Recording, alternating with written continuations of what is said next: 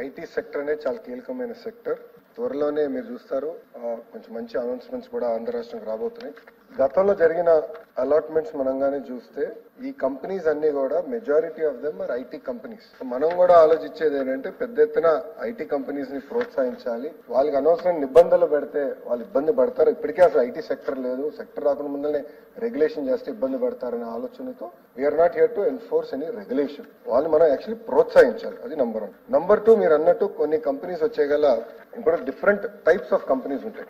ఒకటి out sourcing companies, అంటే out sourcing చేసే companies, BPOs, business process out sourcing చేసే కంపెనీస్, అది ఒక రకంగా మేము ట్రీట్ చేస్తున్నాం. రెండోది జీసీసీస్, గ్లోబల్ కేపబిలిటీ సెంటర్స్. అంటే ఈ టిపికల్ ఏంటంటే ఫార్చ్యూన్ 2500 కంపెనీస్ వాళ్ళ ఇన్వెస్ట్మెంట్స్ ని, అంటే వాళ్ళ IT services or research services భారతదేశంలో పెట్టాలని నిర్ణయించుకున్నప్పుడు వాళ్ళు అనేక రాష్ట్రాలు చూస్తారు, వాళ్ళకి ఒక రకమైన మనం ఇన్సెంటివ్స్ ఇస్తాం జరుగుతుంది. మూడోది వచ్చేగల భారతదేశంలో ఉన్న కంపెనీలు, అంటే పెద్ద పెద్ద కంపెనీలు, టీసీఎస్ అయి ఉండొచ్చు, కాండ్యూట్ అయి ఉండొచ్చు, విప్రో, ఇన్ఫోసిస్, డెలాయిట్, ఇలాంటి సంస్థలకి వచ్చేగల వాళ్ళకి ఒక రకమైన కేటాయింపులు చేస్తున్నాం. ఇంకో పక్కనకి వచ్చేగల డెవలపర్స్ ఉన్నారు. సో ఈ రోజు మీరు హైదరాబాద్ లో చూస్తే ఇప్పుడు సాలాపూర్ సత్వా కానివ్వండి, రాజ్ పుష్ప కానివ్వండి, అనేక మంది డెవలపర్స్ ఉంటారు. ఆ డెవలపర్స్ అందరూ చాలా స్పష్టంగా వాళ్ళు ఏమంటారంటే మాకు భూములు ఇవ్వండి ఆర్ జాయింట్ వెంచర్ కి రండి, మేము ఇంత స్క్వేర్ ఫుటేజ్ కంపల్సరీగా మేము ఐటీకే వాడతాము. ఏమైనా కామన్ ఏరియాస్ ఏదైతే కమర్షియల్ అలాట్మెంట్ చేసినప్పుడు కామన్ ఏరియాస్ ఉంటాయి, దాంట్లోనే కమర్షియల్